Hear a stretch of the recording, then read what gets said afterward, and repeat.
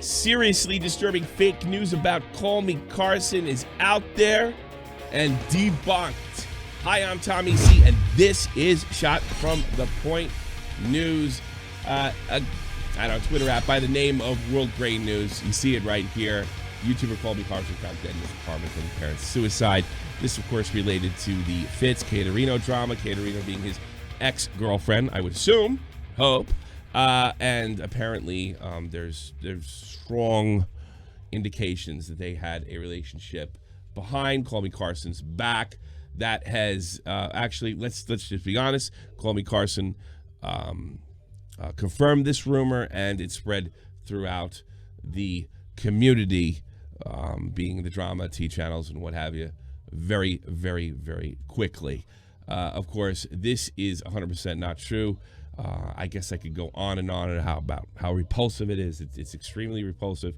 But I found something that I sort of like. Yeah, that's dumb. I'm not going anywhere. Actual Carson. Good sign.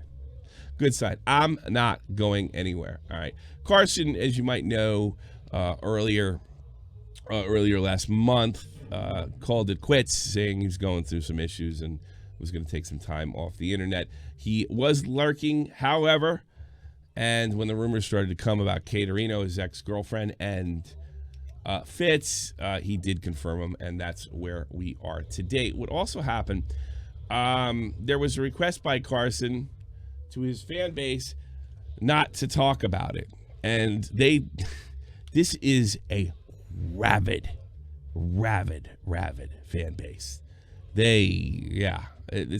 This guy is really connected to him. I had the pleasure of speaking to him. He came on my podcast when he was on his way to 1 million subs. So I will always appreciate Callmecarson for giving me that little boost on the way up to his superstardom. And but his mods put out a post out there saying, "Stop the witch hunting."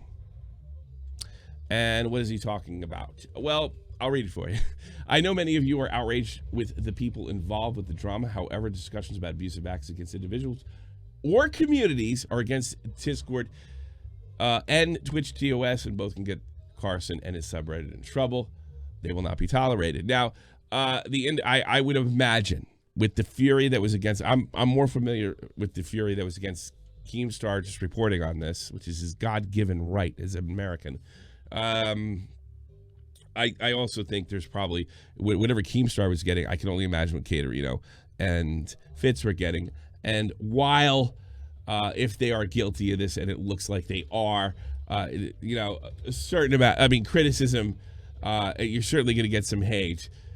Going to the next level after that is, probably criminal. It's probably criminal.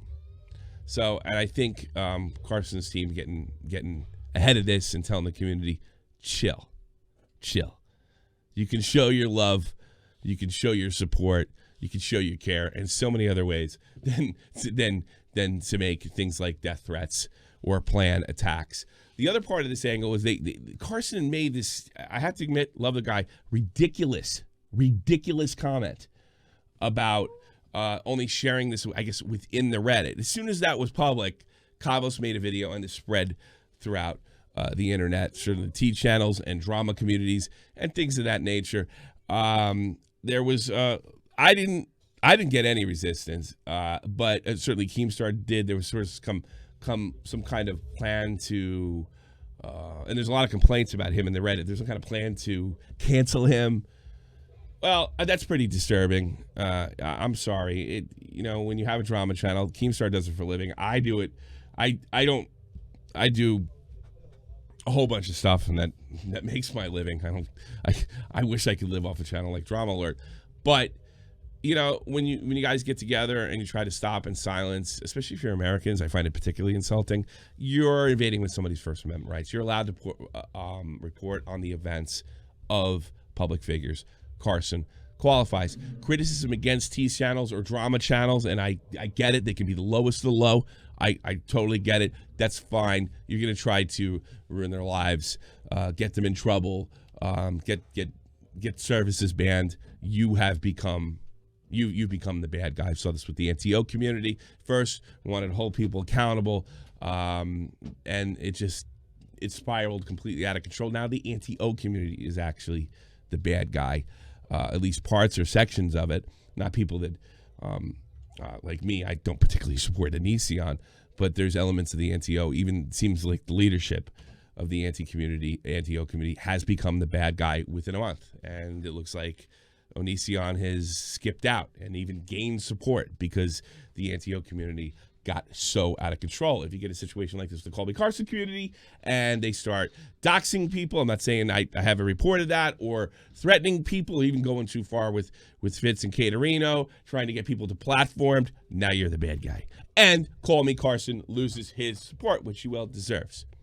I had to go through something like this when I was about his age. I think it was exactly his age, although it was in 1998, to give you that. And oh my God, it eats your soul. You twist at night.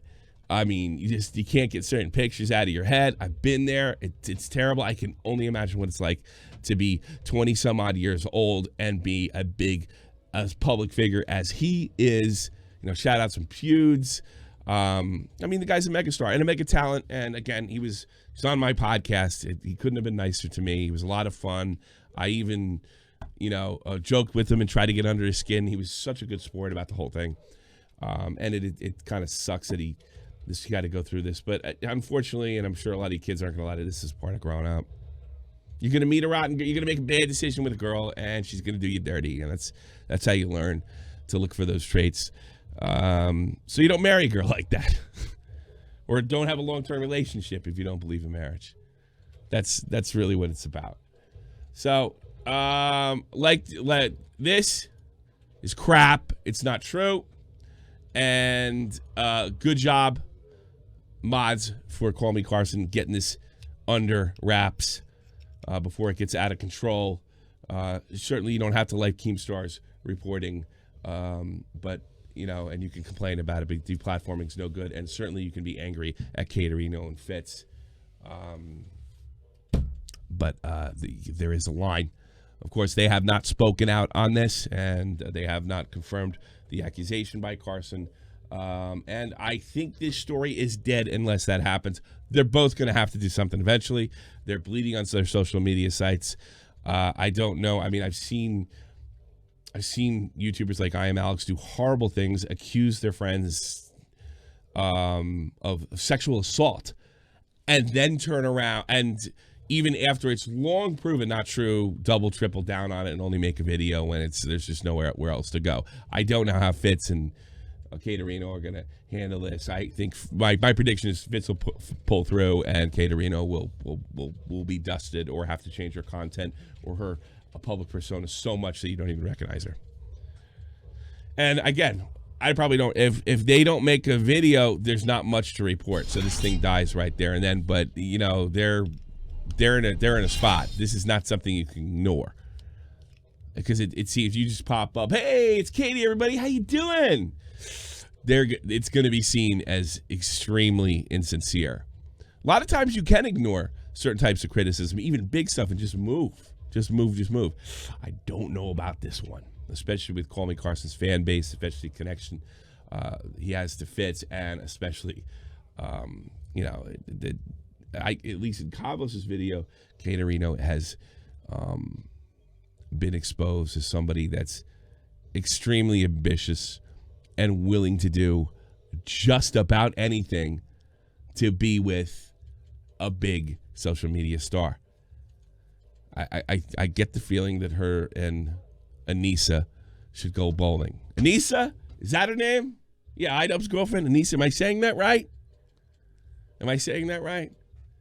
Time to pick up some bowling balls. How about me and Javago versus Anissa and Caterino? I will out-bowl you. I swear. Look out. I'm going to do it. I promise. Make sure you like, subscribe, and all that good stuff. And if you're catching this right after release on my other channel, I'm interviewing an e-girl. Her name is Leanne Starr, and she's going to tell you what it's like to be an e-girl during the coronavirus. She recently did a video with Nick Diorio. That's my other channels, Tommy C's SFTP, 3 p.m. Eastern Standard Time or you can watch the VOD. I'll be interviewing Leanne Starr. Hey, you're not going to watch it.